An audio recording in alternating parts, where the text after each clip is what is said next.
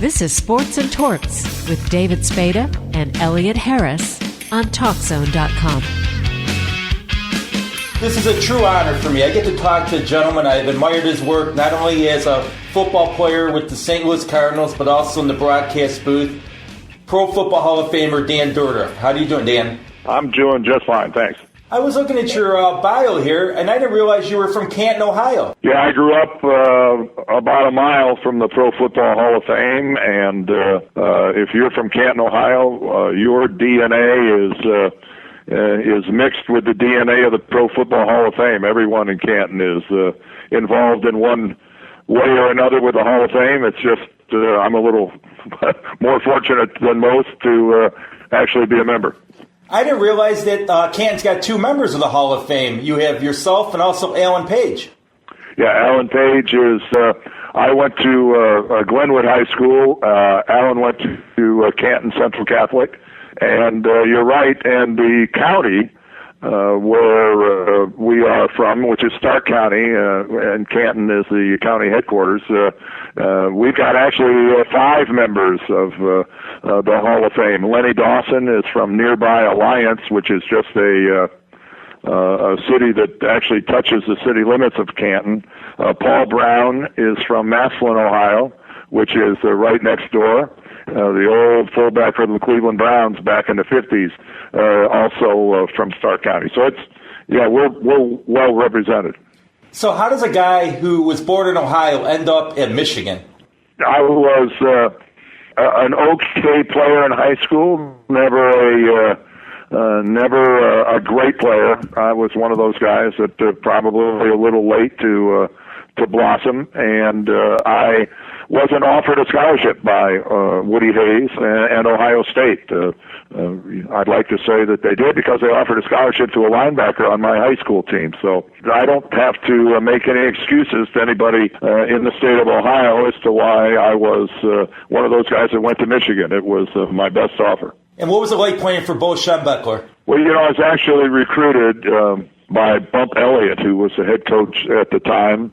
And then Bo Schembechler came in my junior and senior year. So I started with one coach, and then I played my final 2 years for Bo, and it was the best thing that ever happened to me. He was a huge influence in my life, and I'm honored to have had that opportunity. Was there a big transition going from Coach Elliott to Coach Schembechler? Well, about 180 degrees, I would say. Bump was kind of the fatherly figure, just a wonderful man, still alive, and to this day, he's just a gentleman personified. Bo came in, and Bo was like a tornado coming right through Ann Arbor. He came in, he wanted to change the culture, and boy, he did. And we had guys quitting left and right. I'd never worked that hard in my life as I did for Bill Schembechler those 2 years that I played for him. But he got results. He taught you that you're capable of doing much more than you ever envisioned, that you were capable of pushing yourself farther than you ever thought possible. And, if you've never been exposed to that kind of motivation, that kind of a teacher, I feel sorry for you because you learn an awful lot about yourself.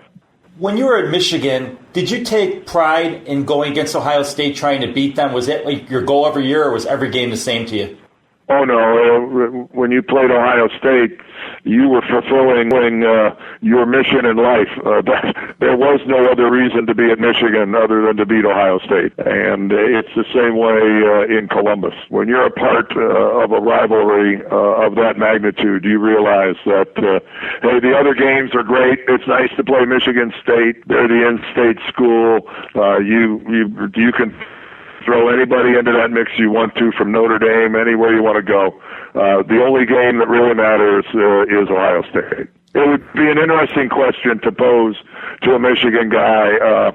Would you rather be 11-1 and lose to Ohio State, or be 6-5 but you beat Ohio State? You'd be surprised how many guys would settle for 6-5. It was everything, and it's fun to be a part of something like that. And then you go to the St. Louis Cardinals. What was that like? Well, it was a little bit different of culture. I lost more football games my first year in St. Louis than I had lost in high school and college combined. So it was a tougher transition. I was thrilled to be in the National Football League, and you don't have a say-so where you go. Some guys get drafted by Dallas, and some guys don't. And I was just one of the don'ts.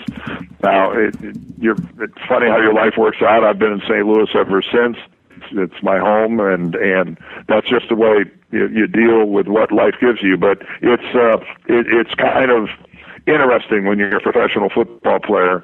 Your life turns on a phone call by somebody calling you and say you've been drafted by this team, and it's kind of goes around just somebody else's choice. And you had a pretty good backfield there with St. Louis when you went there. You had Jim Hart at quarterback. You had another guy with Chicago ties, Johnny Rowan, in the backfield there. So it was basically, even though the Cardinals started in Chicago and ended up in St. Louis, it seemed like Chicago still embraced them. Well, when I played for the Cardinals, my paychecks were from the Chicago Cardinals, DBA, the St. Louis Cardinals. We were still an Illinois corporation. My first couple of years in the league, we had training camp at Lake Forest. We didn't come to St. Louis until after 6 weeks of training camp, because that's how long it lasted back then. And so we were playing football in St. Louis, but in many ways there were a lot of strong Chicago ties. Were you guys practicing at Lake Forest College? Yep, that's where we had training camp my first couple of years in the league. And because the Bidwell brothers owned the team, Billy lived in St. Louis, but Stormy, his older brother, lived in, I believe, Winnetka, and so the club, up in, I think, for the first 12 or 13 years of their NFL existence after moving to St. Louis, continued to have training camp at Lake Forest. Ultimately, then the Bears took over the training facilities at Lake Forest College and the Bears trained there before they built their own new complex. Did the Bears get the Cardinals, in essence, evicted from Wake Forest, or did the Cardinals decide to leave Wake Forest? No, the Cardinals decided when the one Bidwell brother bought out the other, when Billy bought out Stormy, he made the decision to no longer go back to Chicago. He kind of severed the Chicago ties, and we started having training camp actually in Bloomington Normal there at Illinois State. And your tight end wasn't too bad with the Cardinals in those days, Jackie Smith. No, we had a lot of talent. I lined up next to a Hall of Famer in Jackie Smith. Jimmy Hart was our quarterback. We had Terry Metcalf and Jim Otis in our backfield. We had Mel Gray, who might have been the fastest man in the National Football League at one of our receiver spots. And then we had the great offensive line. We had the best offensive line in football, and we were a pretty good offensive football team. And you had a guy playing safety who my co-host who came in beer today, Elliot Harris, talked about, Larry Wilson. He said he was the only guy he ever saw bring down Jim Brown single-handed. Yeah, Larry and I were teammates my first 2 years in the league. And then Larry stayed with the club and became general manager and whatever. Larry Wilson is a dear friend and has been for a long time. And you're right, he was the first great free safety. His defensive coach here in St. Louis, who was still there when I first joined the club, a guy by the name of Chuck Drulis, he was the originator of the safety blitz. That wasn't a staple back then, and he realized that the tough guy in Larry Wilson, and he'd bring Larry on a safety blitz, and let me tell you, a lot of quarterbacks were sorry, or it was something they weren't used to, having that safety come up the middle or off the edge, and a lot of times he had a free run at the quarterback, and it was a little different league back then. If you had a free run at the quarterback, you hit him anywhere you wanted to, as hard as you wanted to, and just about any time you wanted to. And you had a tough guy in the line next to you, Conrad Dolber. That guy was just intense. He was a lightning rod. It seemed like I was the guy playing next to a tornado all the time, yelling and screaming and people cursing and whatnot, and it was all happening just about 18 inches away from me. Yeah, he was he was a piece of work. And Jim Hart must have loved having that offensive line because no one could touch him. Well, we led the league in the least number of sacks, I think, like 5 years in a row. And Jimmy enjoyed great protection, and he delivered. And a lot of that was to Jim's credit. He was a quick decision maker. He had a quick release, and he was a rhythm quarterback. So it was nice from an offensive lineman's perspective having a quarterback that you knew wasn't going to move a lot and put you in a bad position. I always liked blocking for a guy that I knew where he was going to be. This is what I don't get here in Chicago. We have the offensive line basically that's been getting ripped apart the last couple of years. And our left tackle, Jamarcus Webb, they moved him from right tackle to left tackle. And they're basically saying, well, it's a transition. You move from guard to tackle. You played center. Is there that much of a difference if you're an offensive lineman playing one position versus the other? Well, yeah, there's a huge difference. There's a different skill set involved in, first of all, the center and the guards are, a lot of times they're interchangeable because they're passing guys off from one to another. And a lot of the times if you can play one, you can play the other. Playing tackle is unique because, for the most part, you're out there all by yourself, and you're dropping and giving more ground than the guards do. So, yeah, it's a completely different skill set playing tackle than either center or guard. Why were you able to do it? It seemed like so easily. Well, it started out with me at guard because my first couple of years in the league is because that's where the Cardinals had need. Both of their starting tackles had been in place for a number of years, and they didn't really need me at tackles. So I started at guard, and I played left and right guard. But then at the beginning of my third year in the league, they moved me to tackle, and that's where I really played the vast majority of my career. And I only moved to center my last couple of years in the league because after a pretty serious knee injury that I thought ended my career, I wasn't capable of playing tackle anymore. I didn't have the movement necessary to play tackle the way I wanted to play it, so I moved into center where I didn't have to move as much. Is there a guy who gave you the hardest time blocking when you were in the league?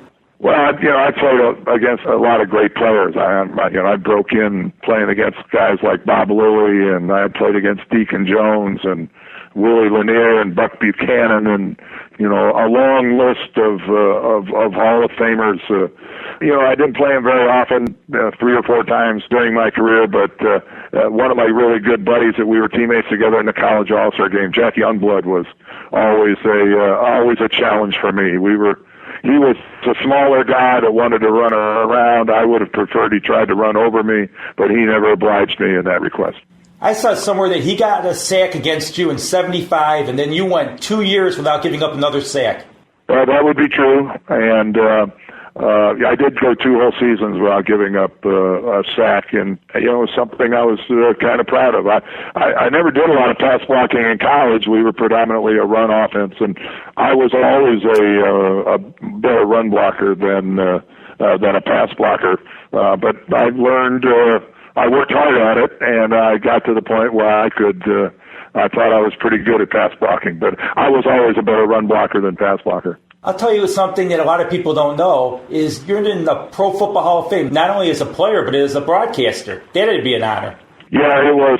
Winning the Pete Rozelle Award is always a thrill, and anybody in my business, if you're fortunate enough to be honored by the Hall, it's a real treat. And you're right, I'm one of the few people. There are now 4 of us because who are in there.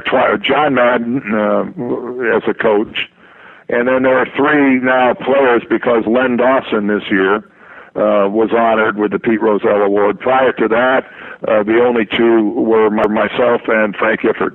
So now there are 4 guys who are both in the Hall as either a player or coach, and also in the Hall with the Rozelle Award. And it's John Madden, Frank Gifford, myself, and Lenny Dawson.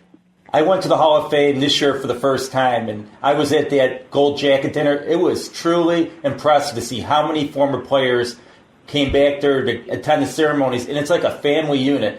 This will really be something this fall because this is going to be the 50th anniversary of the Pro Football Hall of Fame, and I know they're making a real concerted effort to get every living member of the Hall of Fame back in Canton in August this year for a celebration of the 50th year. So this will be a gathering of Hall of Famers coming up in August of 2013 that I think is going to be pretty much unparalleled. Elliot said to ask you, I know you got the restaurant with Jim Hart there in St. Louis. Besides your restaurant, what's your favorite restaurant in St. Louis? Oh, wow. Probably there's a restaurant called J. Buck's here, which is originally started by Jack Buck, and that would go there a lot. Annie Gunn's another one of my favorites. Of course, Tony's has long been a standard here in St. Louis, the Bomarito family. So we're fortunate. We've got a lot of, we're not Chicago just because of the sheer size, but we've got a nice restaurant community here in St. Louis. An interesting interview David had with Dan Dierdorf. Please stay tuned on Sports and Torts here on TalkZone.com for an interview with Pro Football Hall of Fame receiver Steve Largent.